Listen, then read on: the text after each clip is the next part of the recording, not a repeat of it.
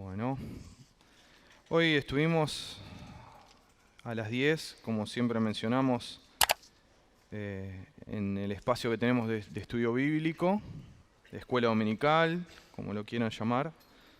Sí, estuvimos meditando en la prueba de la humanidad frente a los árboles, esos árboles especiales que el texto nos menciona, ¿no? El árbol de la vida, el árbol del conocimiento del bien y del mal. Hablábamos sobre la prueba. Quería aprovechar, la hermana Cristina me comentaba, surgió la pregunta durante el estudio, si estaba bien que probemos a Dios. ¿Sí? Víctor había consultado, está bien que probemos a Dios, y decíamos, bueno, no, porque habla de una incredulidad. Sí, pero la hermana me mencionaba bien correctamente que en ocasiones Dios invita a su pueblo, pruébenme. ¿Sí? En Malaquías, por ejemplo, 3:10, el Señor les invita, pruébenme y vean si no abro las ventanas de los cielos. ¿Sí? Nace de una incredulidad del pueblo, porque en ese contexto vemos que el pueblo estaba ahí no en una muy buena relación con Dios, pero sí en su misericordia, el Señor invita a su pueblo, bueno, no confían en mí, prueben, ¿sí? Nace igual de una incredulidad, de una desconfianza en el Señor, pero sí en ocasiones el Señor invita a su pueblo a probarlo en su misericordia, ¿sí? Como una respuesta más de su gracia ante nuestra debilidad, ante nuestra falla. Bien, bueno, quería hacer esa aclaración porque me pareció sumamente interesante, ¿no? Que nos quedemos con eso también. Bueno, entonces, hoy leíamos en Génesis 2, vamos a ir al mismo texto, que en el centro de ese huerto que el Señor creó había dos árboles que se nos mencionan específicamente. ¿Sí? Vamos a Génesis 2, vamos a leer desde el versículo 4 al versículo 9. Nos dice la palabra del Señor que estos son los orígenes de los cielos y de la tierra cuando fueron creados, el día en que el Señor Dios hizo la tierra y los cielos. Aún no había ningún arbusto del campo en la tierra, ni había aún brotado ninguna planta del campo, porque el Señor Dios no había enviado lluvia sobre la tierra, ni había hombre para labrar la tierra. Pero se levantaba de la tierra un vapor o un manantial, una corriente de agua, que regaba toda la superficie del suelo. Entonces el Señor Dios formó al hombre del polvo de la tierra y sopló en su nariz el aliento de vida, y fue el hombre un ser viviente. Y el Señor Dios plantó un huerto hacia el oriente, en Edén, y puso allí al hombre que había formado. El Señor Dios hizo brotar de la tierra todo árbol agradable a la vista y bueno para comer. Asimismo, en medio del huerto hizo brotar el árbol de la vida y el árbol del conocimiento del bien y del mal. Bien, entonces, vemos acá los inicios de la historia, ¿sí? De la historia bíblica, y encontramos al Señor creando en esta región de Edén un huerto, poniendo allí al ser humano para vivir en comunión con el ser humano, y en el centro de ese huerto estos dos árboles, ¿sí? El árbol de la vida y el árbol del conocimiento del bien y del mal. Hoy hablábamos un poco de lo que representaba el árbol del conocimiento del bien y del mal, esto de una prueba, si el ser humano iba a vivir o no a través de la sabiduría de Dios. Pero también tenemos este árbol de la vida. ¿Y qué representa el árbol de la vida? ¿Sí? ¿Se acuerdan que dijimos que Edén, el huerto, eran como una prefiguración o una representación de lo que luego iba a ser el tabernáculo, de lo que luego iba a ser el templo? ¿Sí? ¿Recuerdan cuando estudiamos eso? ¿Por qué decíamos eso?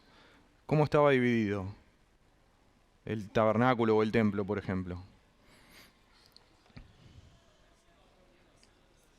Muy bien. Y afuera estaba también el atrio. Muy bien. Entonces era como tres partes separadas, ¿no? El atrio, donde podían entrar, se hacían los sacrificios. Después teníamos el lugar santo, donde solo entraban los sacerdotes a oficiar el servicio al Señor. Y el lugar santísimo, donde una vez al año el sumo sacerdote entraba a hacer expiación por sí, por el pueblo, ¿sí? También habíamos visto que en el monte Sinaí, cuando el Señor se presenta, también pasaba lo mismo, ¿no? Que estaba el pueblo abajo, Moisés con los ancianos que suben hasta la mitad del monte y luego Moisés sube arriba. Y en esos lugares, en el tabernáculo, en el templo, por ejemplo, en el lugar santísimo, ¿qué había? El arca del pacto, o el arca del testimonio, el arca, con los querubines, en el propiciatorio, muy bien. ¿Qué representaba el arca? La presencia de Dios, la presencia de Dios. En el Sinaí, ¿qué había arriba de todo? La presencia de Dios, en forma de nube, trueno, ruido, fuego, ¿sí? Pero vemos que en esos lugares, en los lugares santos, en el lugar santísimo y en esa cima del monte donde solo Moisés pudo entrar, estaba la presencia de Dios. El árbol de la vida es la representación en Edén de esa vida de Dios, de esa presencia misma de Dios en ese lugar, ¿sí? Por eso está ahí en el centro de ese huerto que el Señor plantó. Ese árbol representa la vida misma de Dios que está disponible para otros. Perdón, estoy con el PowerPoint. Ahí está. Porque bueno, Carlos está con problemas en la voz, así que estoy de suplente y estoy ahí un poco malabareando el PowerPoint, perdonen. Bien, entonces decíamos, representa la vida de Dios que está disponible ahí para Adán y Eva. ¿Sí? Porque hoy a la mañana decíamos, el Señor les dijo, coman de todos los árboles, menos del conocimiento. Entonces el árbol de la vida está incluido en todos los otros. Y ellos podían comer de ese árbol y participar de la vida de Dios. Y fíjense que cuando el hombre cae y pierde esa opción, en Génesis 3:22, Dios dice, ahora el hombre ha venido a ser como uno de nosotros, conociendo ellos el bien y el mal. Cuidado ahora, no vaya a extender su mano y tome también del árbol de la vida y coma y viva para siempre. Entonces ven que ese árbol representaba la posibilidad de el hombre de vivir, de continuar su vida, de prolongar su vida. Entonces, el árbol daba al ser humano la misma vida de Dios y le permitía participar de esa vida de Dios. Entonces Dios dice, en este estado el ser humano no puede hacerlo. Entonces decíamos que el mandato de Dios era que el ser humano comiese de ese árbol, ¿sí? Estaba dentro de ese mandato de comer de todos los árboles, que el ser humano comiera del árbol de la vida. Pero también estaba el árbol del conocimiento del bien y del mal, como dijimos más temprano hoy a la mañana. Y bien mencionaban los hermanos que estuvieron en el estudio que ese árbol representaba para el hombre una fuente alternativa de sabiduría, ¿sí? Una fuente separada de Dios, de poder definir por sí mismo lo bueno y lo malo. Recordábamos esta mañana también cómo en Génesis 1 era Dios el que definía, ¿sí? Las cosas que iba creando, decía, y vio Dios que era bueno, y cuando vio que el ser humano estaba, el hombre solo, dijo, esto no es bueno, entonces lo veíamos a él, orientando los conceptos de lo bueno y lo malo, pero este árbol representaba para el ser humano la posibilidad de poder decir por sí mismos, esto para mí es bueno o esto para mí es malo. ¿Sí? Separado de Dios. Este árbol representa rebelión a los mandatos de Dios. Primero porque Dios dijo, no coman de ese árbol. Y segundo porque yo estoy diciendo, como dicen esos gobernantes de la tierra en el Salmo 2, cortemos las ligaduras que nos atan a Dios. Vamos por nuestra cuenta. El ser humano, al comer de ese árbol, se separaba de lo que Dios le estaba proporcionando en el árbol de la vida. Podríamos decir que los árboles son mutuamente excluyentes. Si como de uno, no puedo comer del otro. Y si como del otro, no puedo comer del uno. ¿Sí? Disculpen, trabajo de programador, entonces estos lenguajes a mí me resultan naturales. Entonces, si yo comía del árbol de la vida, no iba a estar comiendo del árbol del conocimiento. Si yo comía del árbol del conocimiento, el Señor dijo, ese día ciertamente morirás, porque no más árbol de la vida para el ser humano. ¿Sí? Entonces, justamente por eso, morirían, porque si vemos, ellos comen y no es que mueren en el instante, ¿sí? Que es alguna pregunta que nos ha surgido a veces. ¿Por qué si les dijo que iban a morir, no murieron, les dijo? Pero ellos en ese día pierden el acceso al árbol de la vida y quedan sujetos a su propia mortalidad. Espiritualmente murieron, ¿sí? Porque la muerte, siempre hablamos de la separación, ¿no? Entonces se separaron de Dios, espiritualmente murieron y físicamente empezó un proceso de muerte. Bien. Entonces, hoy decíamos que ese árbol era una prueba también. No sé si... Sí, ahí está. Acá se tildó. El árbol era una prueba para el ser humano. ¿Qué iba a hacer? ¿Iba a escuchar a Dios? ¿Iba a seguir sus criterios? ¿O iba a tomar esa oportunidad de tomar el control por sí mismo? Y eso era lo que presentaba este árbol. Y decíamos que la prueba, hoy hablábamos, era una forma de afianzar nuestra relación con Dios una vez que la tenemos. ¿Sí? Y que las decisiones, cuando nosotros tomamos las decisiones de no escuchar lo que Dios nos está diciendo, nos alejan de Dios y nos resultan perjudiciales para nosotros, aun cuando parecen buenas. Y vimos un montón de ejemplos de gente que fue probada hoy por la mañana. ¿Se acuerdan algunos? Abraham, vimos a Abraham. ¿Quién más? A Caín. Muy bien. Vimos al pueblo de Israel como el pueblo escogido. No Israel, no sabemos si lo... Al pueblo escogido de Dios lo vimos ahí siendo probado en el desierto y ellos probando a Dios también.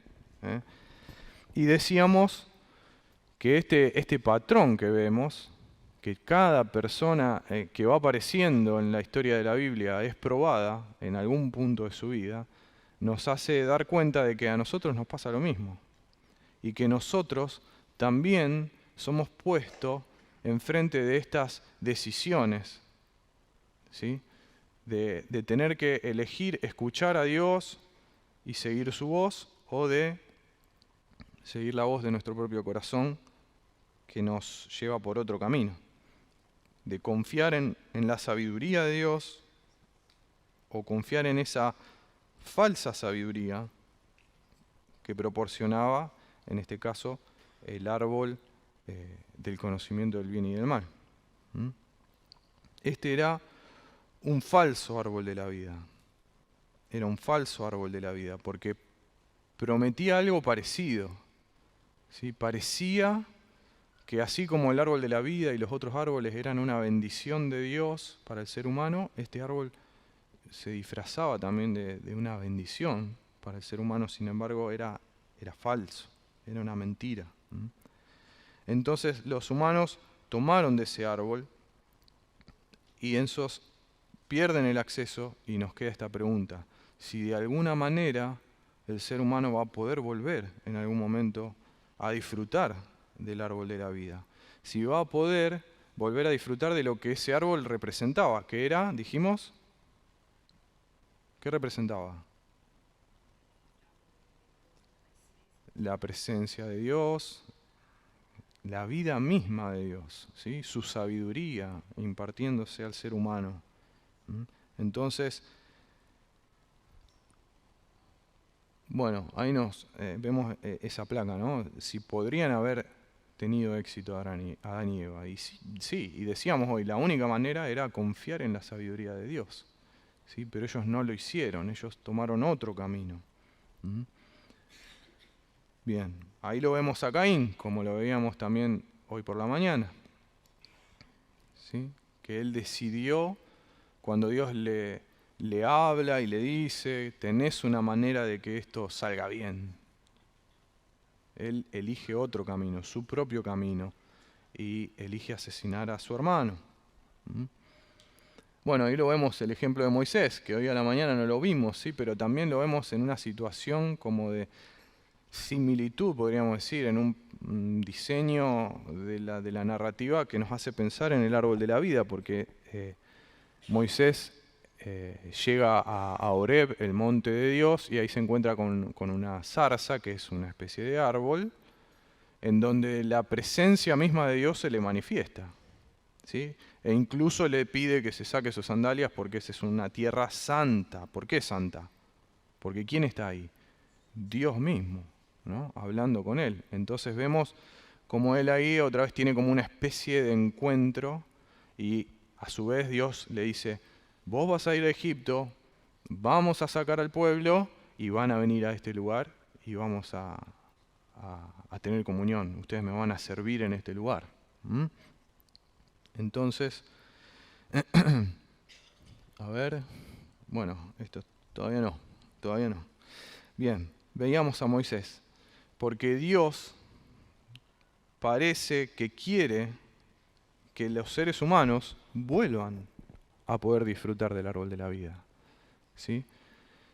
Nos da la sensación de que Dios no quiere que las cosas queden así, sino que Él realmente está buscando la manera, él ya la conoce, la manera, de que la humanidad pueda volver a disfrutar de su presencia, a disfrutar de esa comunión íntima con Dios.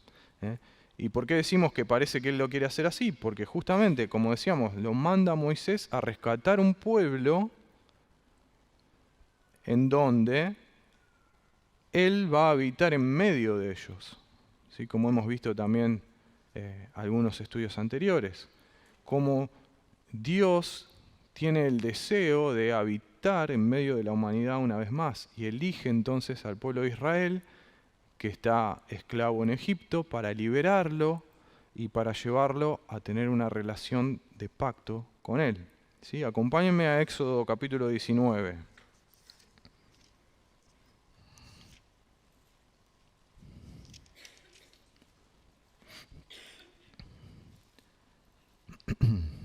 En Éxodo 19, ¿sí? Nos encontramos al pueblo que ya salió de Egipto, ya pasó alguna de las pruebas que mencionábamos hoy a la mañana, ¿sí? Le faltó agua, le faltó comida, Dios le dio agua, Dios le dio el maná, y terminan llegando al desierto de Sinaí, a los pies del monte.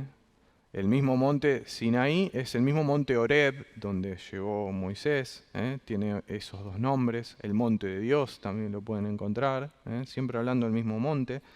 Entonces, Éxodo 19, versículo 3.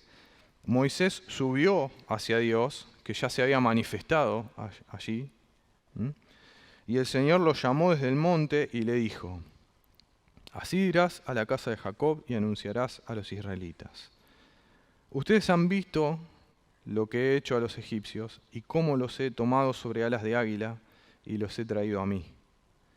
Ahora pues, Si en verdad escuchan mi voz y guardan mi pacto, serán mi especial tesoro entre todos los pueblos, porque mía es toda la tierra. Ustedes serán para mí un reino de sacerdotes y una nación santa. Estas son las palabras que dirás a los israelitas. Entonces Moisés fue y llamó a los ancianos del pueblo, expuso delante de ellos todas estas palabras que el Señor le había mandado, y todo el pueblo respondió a una, y dijeron, haremos todo lo que el Señor ha dicho. Y Moisés llevó al Señor las palabras del pueblo. Entonces, Dios le está ofreciendo a este pueblo que rescató de Egipto un pacto. ¿Sí? Dice, ustedes van a ser un pueblo especial para mí. Todos los pueblos son míos. Pero ustedes van a ser un pueblo especial que yo voy a utilizar como sacerdotes. Yo voy a vivir en el medio de ustedes, porque después vamos a ver que en el Sinaí Dios le da todos los planos del tabernáculo a Moisés, el lugar donde él iba a habitar entre su pueblo. Y ustedes van a llevar esa presencia a que las otras naciones también la puedan ver. Entonces, Dios quiere habitar entre su pueblo, quiere que esta relación que había en el Edén de acceso al árbol de la vida vuelva a restablecerse. Pero ¿qué pasa? Mientras Moisés está arriba en el Sinaí, abajo ¿qué está pasando?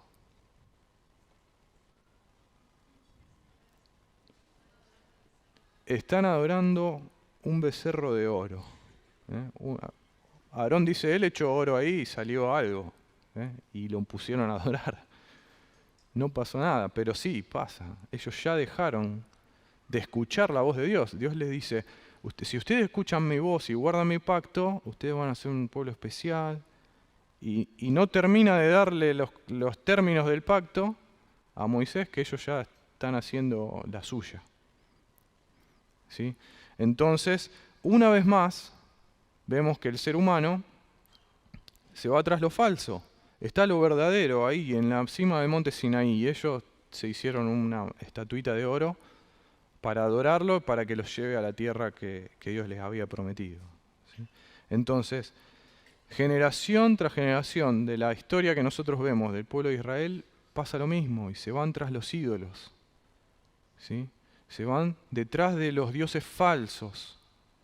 No siguen al Dios verdadero, no lo escuchan, no escuchan su voz, no siguen sus mandatos y siguen eligiendo estos ídolos que encima muchas veces estaban hechos tallados en un árbol, en un lugar alto. Estos falsos árboles de la vida que llevaron al pueblo hacia su destrucción, hacia el exilio, en Asiria al norte, en Babilonia al sur y hacia la muerte. Entonces decimos, esta es la familia de Abraham, esta es la familia que Dios eligió para que sea bendición al resto de las naciones. Y están así. Entonces nos hace preguntar si tenemos esperanza como humanidad de que algo pase, de que ese árbol de la vida pueda realmente estar de nuevo accesible para el ser humano. Y en medio de ese escenario de desesperanza y de fracaso continuo de la humanidad aparece Jesús. ¿Sí? Aparece Jesús. Entonces, como hablábamos hoy a la mañana, las cosas empiezan a cambiar realmente.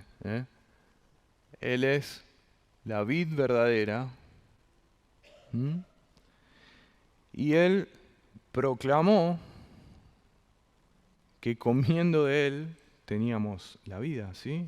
¿Recuerdan en Juan 6? Miren, Juan 6, versículo 53. Cuando después de que Él alimentó a los 5.000, lo van a buscar, y Él empieza con toda esta charla, este intercambio con esta multitud, diciendo que Él es el pan de vida. El pan no significa una hogacita de pan. Pan es el concepto de comida, comida en general. Él es el pan de vida. Y en Juan 6, versículo 53, Jesús dice, en verdad les digo que si no comen la carne del Hijo del Hombre y beben su sangre, no tienen vida en ustedes. El que come mi carne y bebe mi sangre tiene vida eterna, y yo lo resucitaré en el día final, porque mi carne es verdadera comida y mi sangre es verdadera bebida. ¿Mm? Entonces, allí se horrorizaron y dijeron, ¿cómo este nos pide que comamos su carne? ¿No? Y dijeron, ¿qué está diciendo? Pero fíjense que él está invitando a la humanidad a la misma relación de Edén. Él se está comparando con el árbol de vida. Si ustedes comen de mí, van a tener vida eterna. Si ustedes beben mi sangre, tienen vida. Si no lo hacen, no tienen vida en ustedes. ¿Sí? Y Él está haciendo una invitación, una vez más, a confiar en Él, a confiar en Dios, en las palabras que está diciendo, y poder participar de su vida, ser transformados por su vida, y así tener otra vez acceso a este árbol de la vida, a esta comunión íntima con Dios que habíamos perdido como humanidad. Una nueva opción para la humanidad de escoger entre la vida y la muerte. Como también hablábamos hoy, esa es la primera prueba, escoger entre la vida y la muerte, la vida que ofrece Jesús o la muerte que significa rechazar la vida. Pero no solo la humanidad eligió la muerte, en este caso, los de su época, ¿sí? ¿Qué hicieron? Lo rechazaron. Juan nos dice que él vino a los suyos y los suyos no le recibieron, lo rechazaron a Jesús. Pero no solo se quedaron con la muerte, sino que además quisieron talar al árbol de vida y mataron a Jesús. Lo llevaron a la cruz. Ese madero que decíamos hoy, el madero en la cima del monte, representando ese lugar en donde hay una especie de paradoja, podríamos decir, porque a su vez la cruz es un lugar triste, es un resultado de la violencia del ser humano, del deseo de hacer lo que le parece que está bien a sus propios ojos y de no escuchar a nadie más y de rebelión contra Dios al punto de matar al Hijo de Dios en la cruz, pero a su vez es la manifestación de el único ser humano que pisó esta tierra que siempre, siempre hizo lo que Dios quería, que fue Jesús. Porque con diferentes motivaciones, ambas partes, Jesús y los que lo acusaban, querían que Jesús terminara en la cruz. Jesús, después de tener esa oración en el Getsemaní, como dijimos hoy a la mañana, diciendo, Padre, que sea tu voluntad. Y la voluntad del Padre fue la cruz. Entonces, Él, como consecuencia de seguir los caminos de Dios, termina en la cruz, y los seres humanos, como consecuencia de querer seguir sus propios caminos, los llevan a la cruz. ¿Sí? La sabiduría de Dios, eso, únicamente puede hacer eso. Pero a pesar de que el árbol de la vida, representado en Jesús ahora, parece haber sido derrotado por la muerte, esto no es así, sino que a través de la muerte Jesús trae vida, vida verdadera. Como Él dijo en Juan 12, en verdad os digo que si el grano de trigo no cae a la tierra y muere, se queda solo, pero si muere, produce mucho fruto, mucho fruto. Entonces, para vencer a la muerte, Jesús atravesó la muerte, ¿sí? Murió y resucitó al tercer día. Entonces, en Jesús tenemos nuevamente el acceso a la vida de Dios, a la presencia de Dios, a la comunión íntima con Dios. Eso que perdimos como humanidad en Edén. ¿Sí? Jesús representa una nueva oportunidad de comer de ese árbol de vida. Que, repasando, no es un árbol mágico. No es que es un árbol que en sí tiene el poder mágico de darme vida y de curar. No, es un árbol representativo de la misma vida de Dios. ¿Sí? La misma vida de Dios, la fuente de la vida.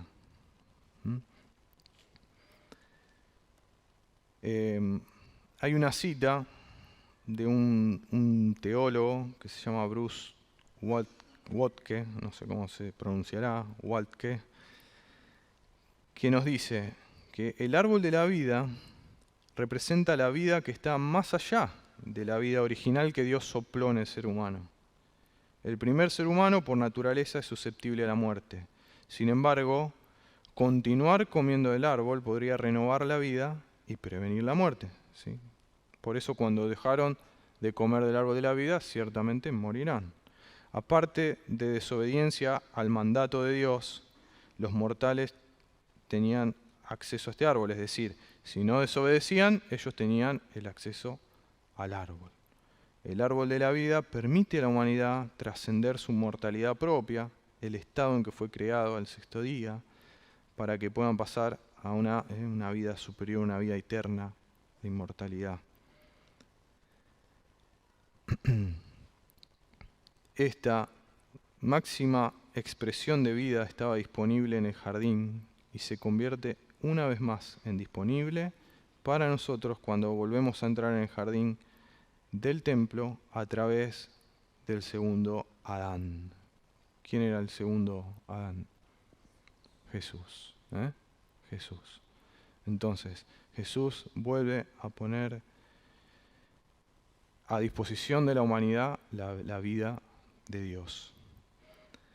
El árbol del conocimiento del bien y del mal dijimos que representaba una falsa sabiduría. ¿Sí? Una falsa sabiduría, porque la serpiente le dice a la mujer, el día que ustedes coman van a obtener sabiduría y van a saber como Dios lo bueno y lo malo. Y la mujer dice que lo vio y que era codiciable para obtener sabiduría, pero en realidad era una falsa sabiduría, porque no provenía de la fuente de la sabiduría que es Dios. ¿Sí? Pero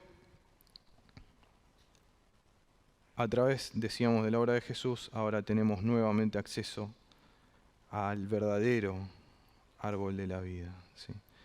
¿Y por qué hablamos de la sabiduría también? Porque bueno, vamos a hablar un poco de qué pasa con esto prácticamente en nuestras vidas, ¿no? A un nivel práctico. ¿Por qué hablamos tanto del árbol, de la vida, del conocimiento? ¿Para qué nos sirve conocer esto? Porque como decíamos antes, todo el tiempo somos presentados con decisiones, elecciones que tenemos que hacer, en las que podemos escuchar a Dios o en las que podemos hacer lo que a nosotros nos parece bien. Y nuestras decisiones tienen consecuencias en nuestra propia vida, ¿sí?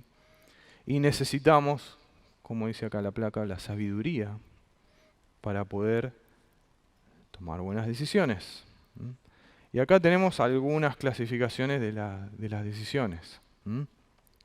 Podríamos decir que tenemos decisiones que tienen consecuencias favorables en este mundo, acá en la tierra, o desfavorables, y decisiones con consecuencias eternas, favorables o desfavorables, aunque también las decisiones que tomamos en esta tierra impactan la eternidad, estamos viviendo la vida eterna, y hay una decisión principal que es la que tiene el determinante eterno, como hablábamos antes, es qué decisión tomamos respecto a Jesús. Pero, por ejemplo, decisiones que tienen consecuencias, podríamos decir, terrenas favorables, son aquellas que nos acercan más a Dios en nuestro peregrinar por este mundo. Afirman nuestra lealtad a Dios, nuestro compromiso con Él, nuestra obediencia a su palabra. Por ejemplo, como decíamos hoy a la mañana, Jesús en Getsemaní diciendo, Padre, que no sea lo que yo quiero, sino lo que vos querés. O Abraham, como mencionábamos, ahí en el monte Moria, ofreciendo a su hijo, a pesar de que en su criterio eso no podía ser bueno. Eso llevó a que ellos se acerquen a Dios, afiancen su relación con Él. Por el contrario, las que tienen consecuencias desfavorables son las que nos alejan del proyecto de Dios, ¿sí? Del plan de Dios, del camino que Dios nos está diciendo, es por acá, escúchame.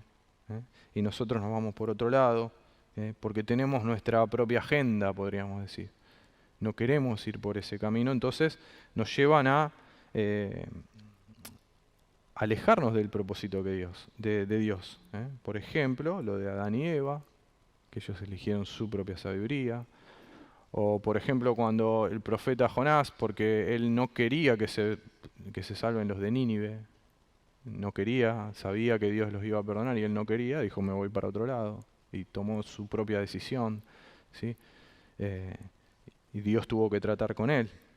Pero son decisiones que nos hacen ir para el otro lado, separados de lo que Dios nos está diciendo que es el camino correcto. Y después decíamos, lo eterno, Jesús dijo, yo soy el camino, la verdad y la vida, y nadie viene al Padre si no es por mí. Entonces, ¿cuál es la decisión que puede tener una consecuencia eterna favorable? Creerle, escucharlo, que Él nos dice, yo soy el camino, ¿sí? Y confiar en eso que Él nos está diciendo, y poder acceder a esta vida eterna disponible en Él. Y obviamente, por el contrario, como Jesús dice en Juan 3:19, este es el juicio, que la luz vino al mundo y los hombres amaron más las tinieblas que la luz, pues sus acciones eran malas. Entonces, Jesús se presenta, una nueva elección para el ser humano, para realizar, y dice Jesús, muchos no quieren venir a la luz, porque prefieren quedarse en las tinieblas. ¿Por qué? Porque la luz los expone, como nos enseñaba Sebastián hace un tiempito. Entonces me quedo en lo oscuro, no voy. Y eso es juicio, es condenación.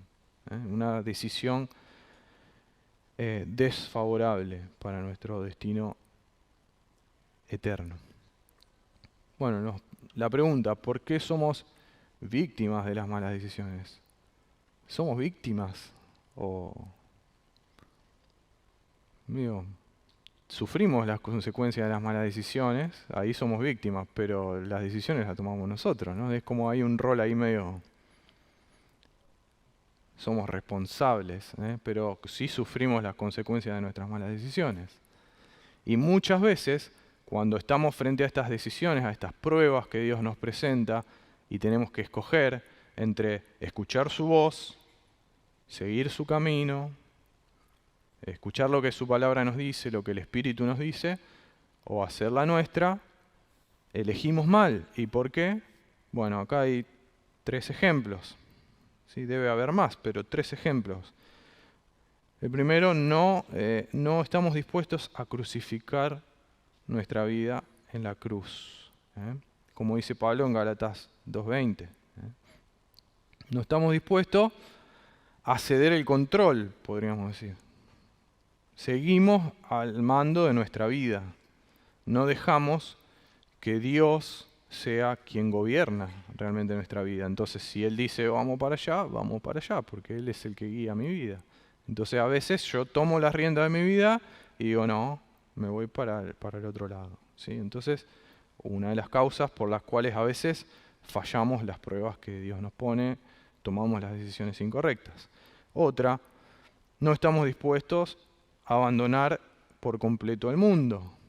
Cuando decimos abandonar el mundo, ¿qué hablamos? ¿De irnos con Elon Musk a Marte? O no, el sistema de este mundo, los valores de este mundo, ¿sí? Lo que nos propone la serpiente a través de ese sistema. Y nosotros muchas veces, si somos sinceros, valoramos más esas cosas que lo que el Evangelio nos propone. Entonces, cuando yo valoro algo más que otra cosa, la balanza se inclina, ¿sí? Entonces, si yo valoro más un buen pasar económico a mostrar la generosidad de Cristo, por dar un ejemplo, ¿qué voy a hacer? ¿Voy a ser generoso o voy a querer guardar. Y voy a querer guardar porque yo valoro más eso. Entonces, bueno, así hay un montón de ejemplos, pero lo que valoramos en nuestro corazón inclina nuestro corazón hacia las decisiones que vamos a tomar. Entonces, como pasó con el joven rico, que Jesús le dijo, andá, vendé todo lo que vos tenés y vení y seguime, él dijo, no, yo prefiero quedarme con lo que yo tengo y no venderlo y no seguirte. Bueno, una mala decisión, ¿sí? ¿Por qué? Porque él valoró más lo que este mundo le ofrecía, las riquezas, que lo que Jesús y su evangelio del reino le ofrecía. Y otra, no estamos dispuestos a resistir la tentación de creernos Superman, el que todo lo puede, ¿sí? Y acá hay algunas estadísticas que puso Carlos, tan buenas, son interesantes, yo nunca lo había escuchado. Dice que el 80% de la gente se cree más inteligente que el promedio de la gente. 9 de cada 10 conductores creen que manejan mejor que los demás. Es así, no pasa nada. Dale, correte. Sí. Y el 80% de los que están en el mercado inversionista piensan que les va bien, por ejemplo. Y a veces no.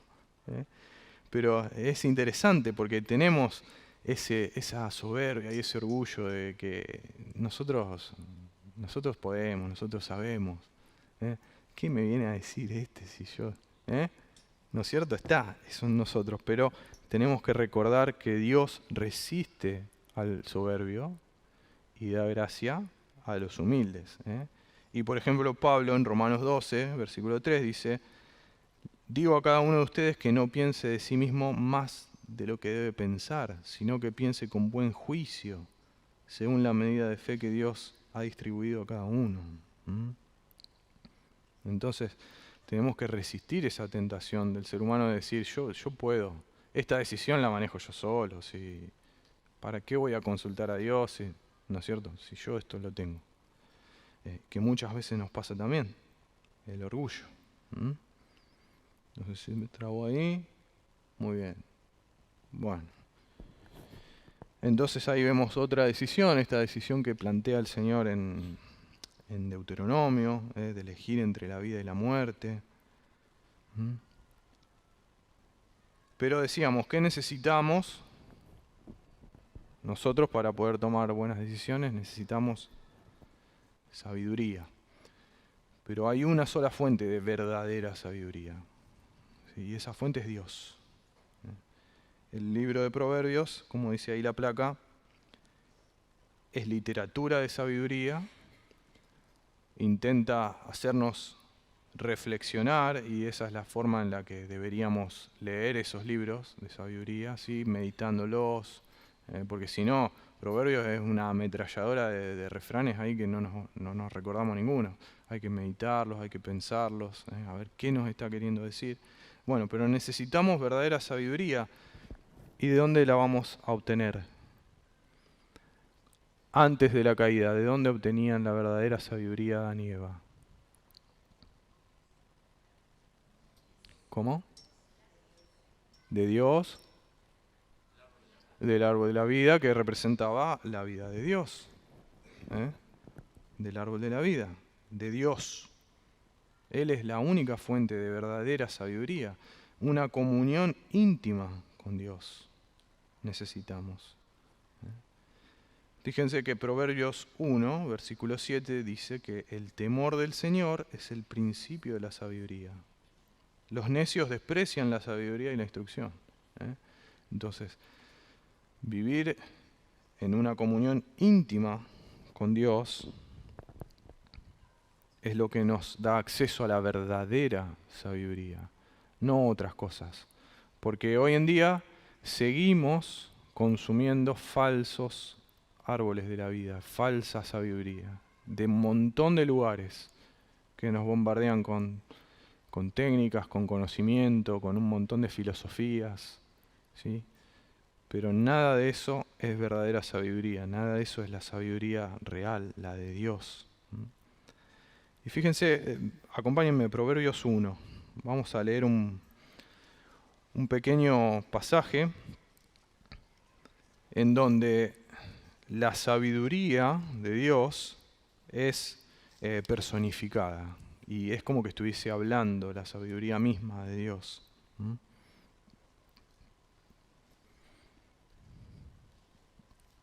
Bien. La sabiduría de Dios. Proverbios 1, versículo 20. Dice, la sabiduría clama en la calle, en las plazas alza su voz, clama en las esquinas de las calles concurridas, a la entrada de las puertas de la ciudad pronuncia sus discursos. Es decir, está hablando, la escucha todo el mundo. ¿Sí? Eso es lo que nos está queriendo decir acá. En la calle, en la plaza, los lugares donde en ese entonces estaba la vida cívica. ¿Eh? En la entrada de la puerta. Y da este discurso. ¿Hasta cuándo, oh simples, amarán la simpleza? Y los burladores se deleitarán en hacer burla, y los necios aborrecerán el conocimiento. Los simples es como alguien ingenuo, ¿no? Vuélvanse a mi reprensión, ahí está. Y derramaré mi espíritu sobre ustedes. Les haré conocer mis palabras, porque he llamado y han rehusado oír. He extendido mi mano y nadie ha hecho caso. Han desatendido todo consejo mío y no han deseado mi reprensión. También yo me reiré de la calamidad de ustedes, me burlaré cuando sobrevenga lo que temen. Cuando venga como tormenta lo que temen y su calamidad sobrevenga como torbellino. Cuando vengan sobre ustedes tribulación y angustia. Entonces me invocarán, pero no responderé. Me buscarán con diligencia, pero no me hallarán, porque odiaron el conocimiento y no escogieron el temor del Señor, ni quisieron aceptar mi consejo, y despreciaron toda mi reprensión. Comerán del fruto de su conducta, y de sus propias artimañas se hartarán, porque el desvío de los simples los matará, y la complacencia de los necios los destruirá. Pero el que me escucha vivirá seguro y descansará sin temor al mal. Entonces vemos esta personificación de la sabiduría que una vez más está llamando a lo mismo, a escuchar, a prestar atención, a apreciar lo que esa sabiduría nos está comunicando, que es Dios comunicando su palabra. ¿Sí? Pero dice, pero ustedes no quieren escuchar, ustedes me rechazan, ustedes me desprecian. Y menciona un montón de consecuencias que las personas que desprecian la voz de Dios, la sabiduría de Dios, se exponen. ¿Sí? Sin embargo, el que escucha la sabiduría vivirá seguro y descansará. Entonces, podríamos decir tres cosas que menciona principalmente. ¿Sí? La primera es arrepentirse, volverse a la reprensión de la sabiduría, a la reprensión de Dios, a la corrección, a la disciplina sería.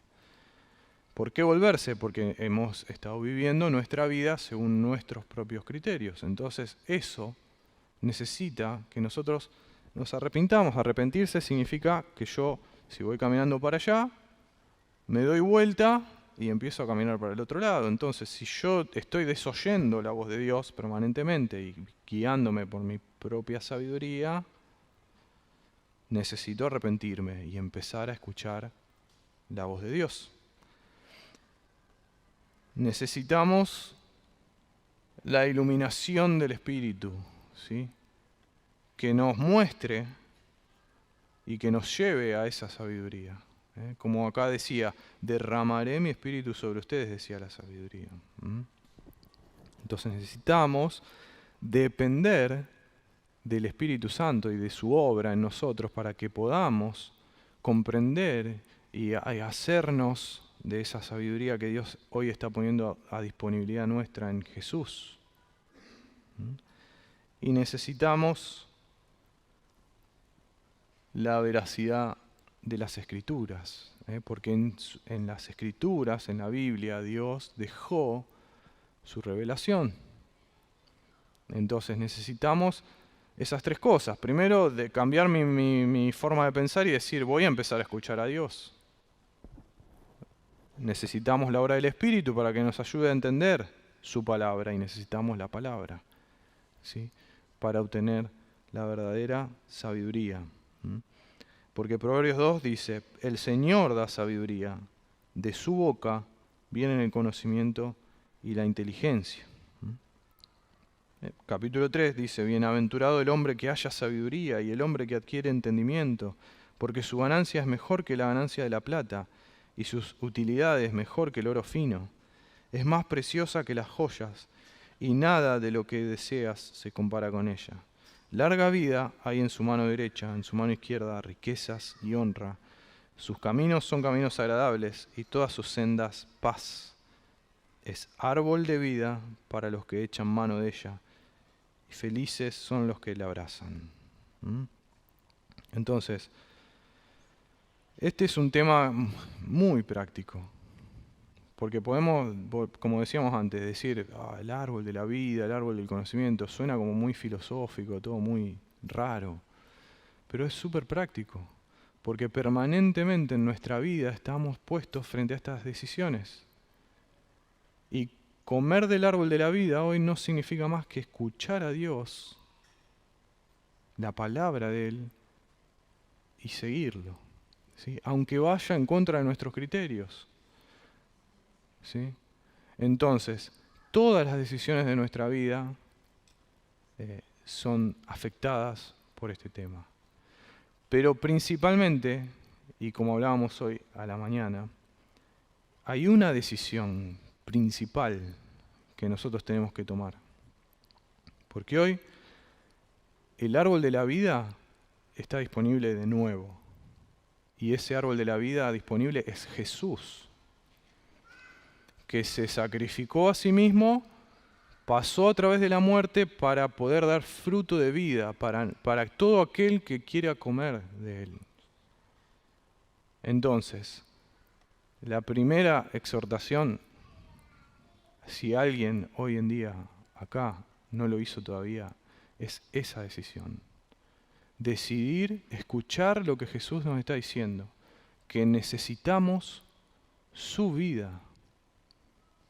Necesitamos su vida, porque de otra manera no hay verdadera vida en nosotros. Entonces, esa es la primera invitación que hoy hacemos, ¿sí? Repito, que si hay alguien que aún no ha tomado esa decisión,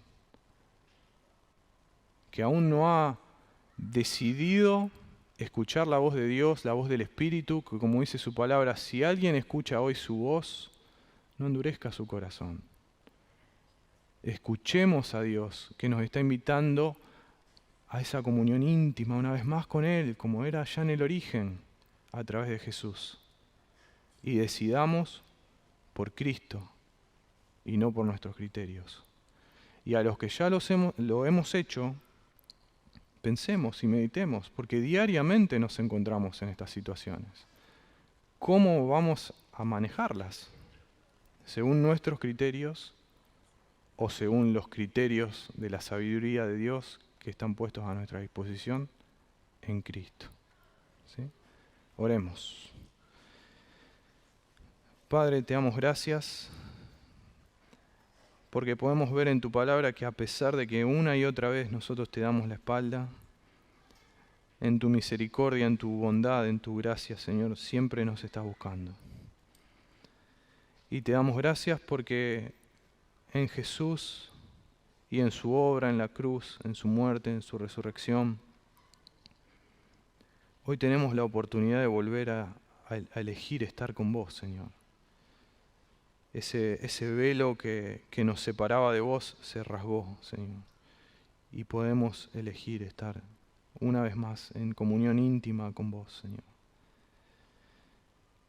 Te ruego, Señor, que nos ayudes a ver nuestra necesidad.